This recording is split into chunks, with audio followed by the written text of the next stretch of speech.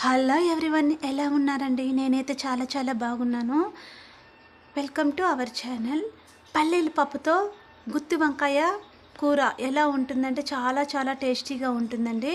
ఎప్పుడూ చేయలేదనుకుంటా, ఇదే నేనైతే ఫస్ట్ టైం చేశాను. చాలా బాగుంటుందండి.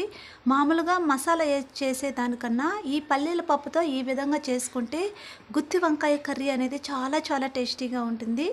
ఒకసారి వీడియోలోకి వెళ్ళిపోదాం ఏ విధంగా చేయాలని చెప్పేసి ఈ రెసిపీ. ఓకేనా అండి? ఫస్ట్ ఆఫ్ ఆల్ నేను ఒక బౌల్లో అయితే వాటర్ అయితే తీసుకున్నాను. అందులో ఉప్పు అయితే వేసుకునేసాను, కల్లుప్పు అయితే వేసుకునేసాను. పావు కేజీ వంకాయలు అయితే తీసుకున్నాను. నేను ఈ విధంగా సార వంకాయలు అయితే తీసుకున్నాను. ఇవైతే గుత్తి వంకాయకి చాలా టేస్టీగా ఉంటాయి. ఇంకా చిన్న వంకాయలైనా కూడా చాలా బాగుంటాయి. అది బుడ్డ వంకాయలు అనేసి అంటారనమాట. చూడండి, ఈ విధంగా 4 దబ్బలుగా అయితే కోసేసుకుంటున్నాను. వాటికి తొక్క అయితే ఉంటుంది కదండి, అవైతే నేనైతే రిమూవ్ చేయడం లేదు, కొద్దిగా అయితే రిమూవ్ చేశాను. అవే మనకు టేస్టీగా ఉంటాయండి వంకాయకైతే. ఈ విధంగా ఒక్కొక్కటిగా కోసి వేసేసుకుంటున్నాను. ఉప్పు వేసుకోవడం వల్ల ఈ వాటర్లో మనకి వంకాయ అనేది కలర్ అనేది చేంజ్ అవ్వకుండా ఉంటుంది, బాగుంటుందండి. అప్పుడప్పటికే ఫ్రెష్గా చేసుకున్నట్లే ఉంటుంది. ఇంకా మసాలా ఉంటాయి కదండి, మసాలా అయితే యాడ్ చేయమండి, అవైతే అవాయిడ్ చేస్తున్నాను. పల్లీల పప్పు అని చెప్పాను కదా, అవన్నీ వేసుకుంటాం కదా. ఈ గుత్తి వంకాయ రెసిపీ అంటే చాలా బాగుంటుందండి, చాలా టేస్టీగా ఉంటుంది. ఈ విధంగా ట్రై చేసేయండి మీరు కూడా అండి. నేను 4 దబ్బలుగా అయితే కోసుకుంటున్నాను కదా. పెద్ద వంకాయలు అయితే ఉంటాయి కదండి, ఆ పెద్దగా ఉండే వంకాయలు మాత్రము ఒక 5-6 దబ్బలుగా అయితే కోసుకోవచ్చు. మధ్యలో గ్యాప్ చూడండి, ఈ విధంగా అయితే కట్ చేసుకోవాలి. మిక్సీ పట్టడానికి ధనియాలు, వేరుశనగపప్పు కొద్దిగా తీసుకున్నాను, అల్లం తీసుకున్నాను, అల్లము వెల్లుల్లి రెబ్బలు ఒక రబ్బ తీసుకునేసాను, ఎర్రగడ్డ ముక్కలు అయితే తీసుకునేసాను, మిరప్పొడి, పసుపొడి కొద్దిగా తీసుకున్నాను. ఉప్పు కొద్దిగా, మనం మిక్సీ పట్టేటప్పుడు ఉప్పు అనేది కొద్దిగా వేసుకునేసి మిక్సీకి అయితే పట్టేసి తనీగా పెట్టుకుందాం. ఈ మొత్తం మిశ్రమాన్ని మిక్సీకి అయితే పట్టేస్తున్నాను. ఇందులోకి ఒక టమాటా అనేది కూడా వేసేసుకుంటున్నాను. అంతే అండి.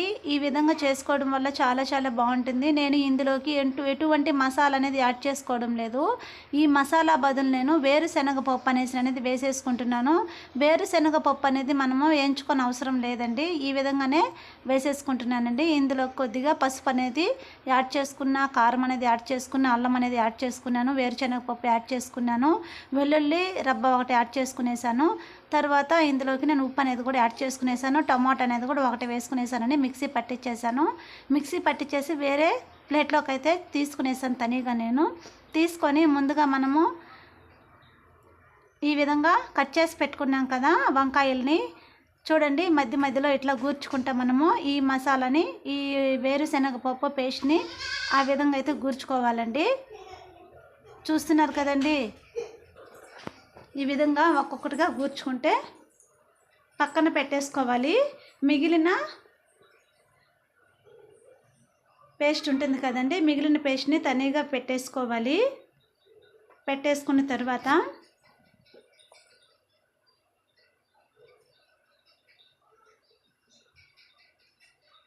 పెట్టేసుకున్నాము కదండి, ఇందులోకి ఈ కాంబినేషన్కి రాగి సంగటి అంటే చాలా బాగుంటుందండి. తర్వాత ఒక కడాయి అయితే పెట్టుకునేసి ఇందులోకి అయితే నేను 5 స్పూన్ల ఆయిల్ అనేది యాడ్ చేసుకున్నాను. ఆయిల్ అనేది హీట్ ఎక్కిన తర్వాత పోపు దినుసులు కొద్దిగా అయితే యాడ్ చేసుకున్నాను. పోపు దినుసులు వేసుకున్న తర్వాత చిటపటలాడిన తర్వాత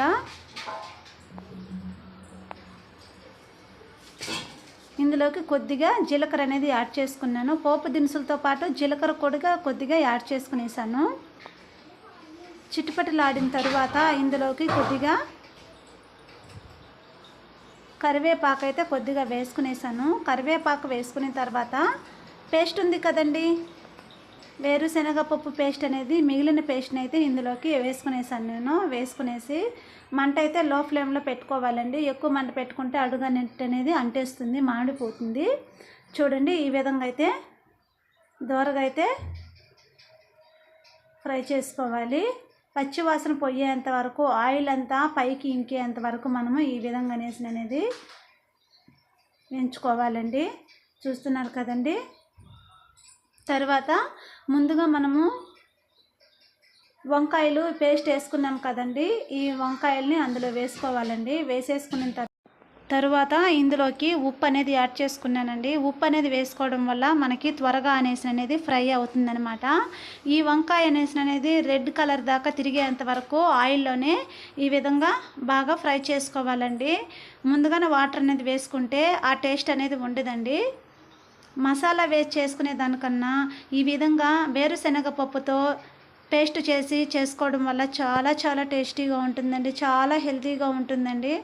ఈ వంకాయ వేడి మసాలా వేడి కదండి, అందువల్ల అని చెప్పేసి ఈ విధంగా చేసుకుంటే బాగుంటుందండి. ఆయిల్లో ఈ విధంగా బాగా మగ్గిన తర్వాత నేను కొత్తిమీర అనేది కొద్దిగా వేసేసుకుంటున్నానండి. చూడండి ఎంత గ్రేవీగా ఉందో, ఎంత కలర్ఫుల్గా ఉందో చూడండి. ఇందులో కొద్దిగా నేను పసుపు అనేది కొద్దిగా యాడ్ చేసుకున్నాను. కారం అంటే మన టేస్ట్ తగ్గట్టుగా కారం అనేది యాడ్ చేసుకోవాలండి. ఇందులో నేనైతే కారం అనేది కొద్దిగా యాడ్ చేసుకుంటున్నాను. ధనియాల పొడి కొద్దిగా యాడ్ చేసుకున్నానండి ఇందులోకి. మనకి ఎంత క్వాంటిటీలో కావాలంటే అంత క్వాంటిటీలో వేసుకోవచ్చండి. చాలా చాలా టేస్టీగా ఉంటుంది. ఎప్పుడు చేసే విధంగా కాకుండా ఈ విధంగా వేరుశనగ పప్పుతో ఈ విధంగా చేశారంటే చాలా చాలా బాగుంటుందండి. చాలా టేస్టీగా కూడా ఉంటుంది, రుచిగా కూడా ఉంటుంది. మనకి ఈ కూర అనేది కూడా చాలా చిక్కగా అనేది కూడా ఉంటుంది, చాలా బాగుంటుంది. మిగిలిన వాటర్ ఉంటుంది కదండి, ఆ వాటర్ అనేది ఇందులోకి పోసేసుకుంటున్నాను. మనకి వాటర్ అనేది ఎక్కువగా వేసేసుకునే అవసరం లేదండి, కొద్దిగా యాడ్ చేసుకుంటే చాలండి. చూడండి అయిపోయిందండి, అంతే అండి, రెడీ అయిపోయింది. ఉడికిన తర్వాత మనము లాస్ట్లో ఇంకా గార్నిష్ కోసం అని చెప్పేసి నేను కొత్తిమీర అనేది ఈ విధంగా కట్ చేసి వేసేసుకుంటున్నాను. లాస్ట్ నేను అయిపోయిన తర్వాత ఈ విధంగా అయితే వేరే బౌల్లోకి సర్వ్ చేసుకుంటున్నాను. ఈ వీడియో కానీ మీకు నచ్చినట్లు ప్లీజ్ లైక్ అండ్ సబ్స్క్రైబ్ అండి. చూడండి నేను లాస్ట్లో ఈ విధంగా వేరే బౌల్ అయితే సర్వ్ చేసేసుకుంటున్నాను. వేడి వేడి అన్నంలో కూడా వేసుకున్న చాలా బాగుంటుంది.